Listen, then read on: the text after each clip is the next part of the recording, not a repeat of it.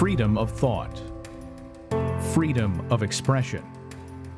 These fundamental freedoms are essential to individual liberty and flourishing free societies.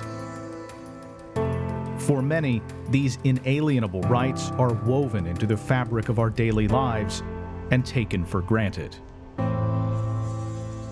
Not in Cuba.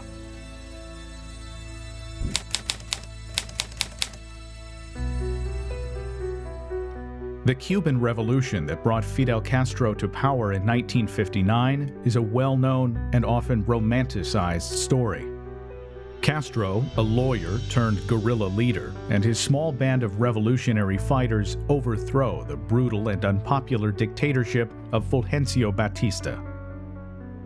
The Cuban people, weary of corruption and hardship, celebrate as Castro promises social and economic reforms. Yo, como la mayoría del pueblo de Cuba, apoyamos la revolución al principio, en enero del 1959, porque pensamos que todo aquel torrente de justicia social, de respeto a la dignidad del ser humano que Castro estaba prometiendo, iba a ser realidad.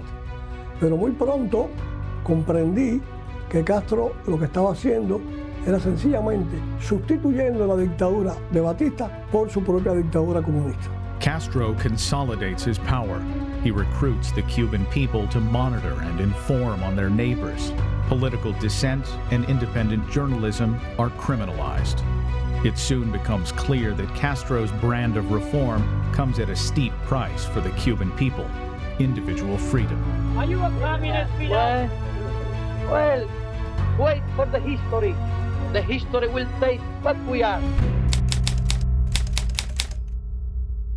Almost 45 years after Castro took power, Cuba remains firmly in the grip of his authoritarian regime and ever-present revolution. Hundreds of thousands of Cubans have fled the island seeking personal safety and freedom in Europe and the United States.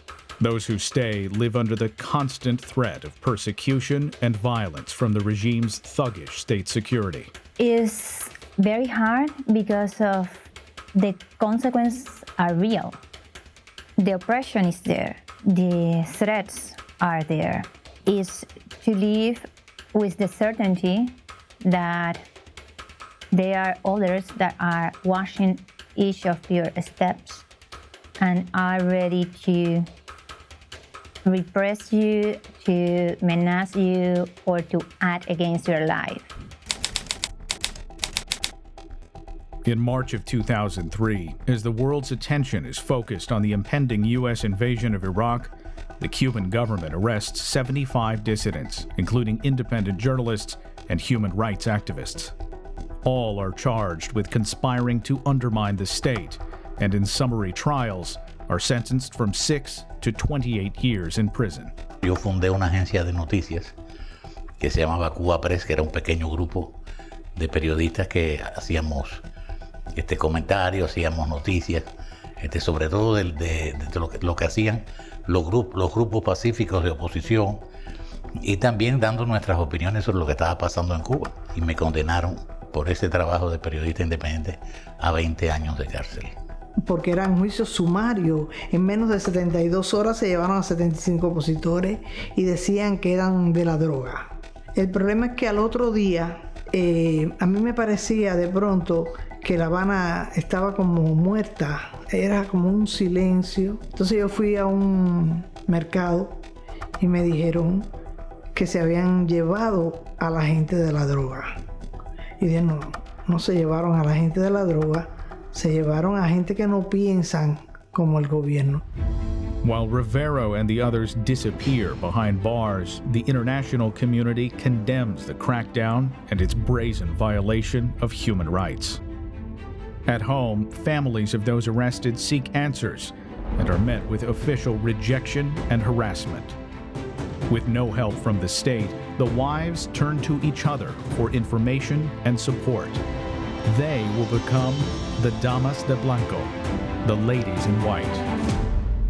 Se formó de una manera espontánea porque nadie entendía por qué, si nadie tenía ni un cuchillo, ni un revólver, ni nada. Se lo llevaron porque a este señor, a Fidel Castro, se le antojó decirlo, mandar a acabar con la disidencia, y no sabía, ni nosotros tampoco, que las mujeres iban a defender a los maridos.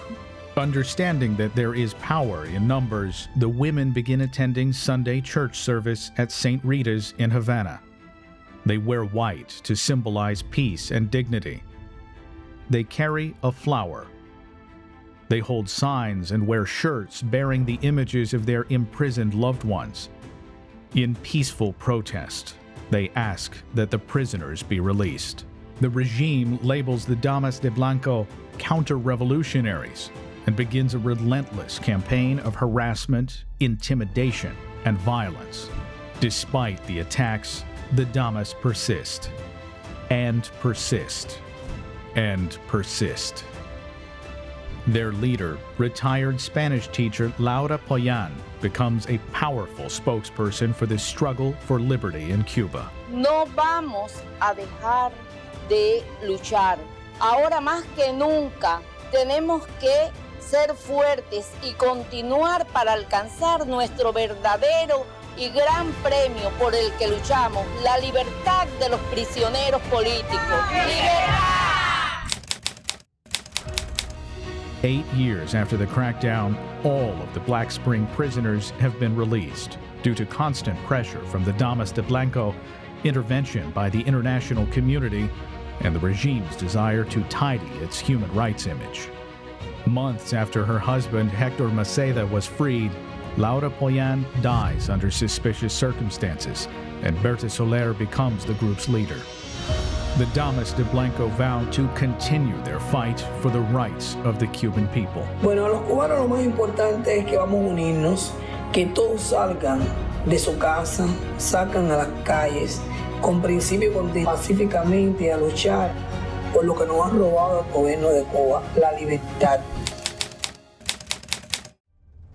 Cuba's new president has pledged fidelity to the military regime and has made it clear that Raul Castro will continue to call the shots.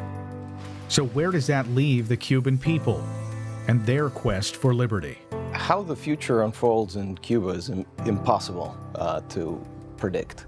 Conditions, economic and social, on the island continue to deteriorate.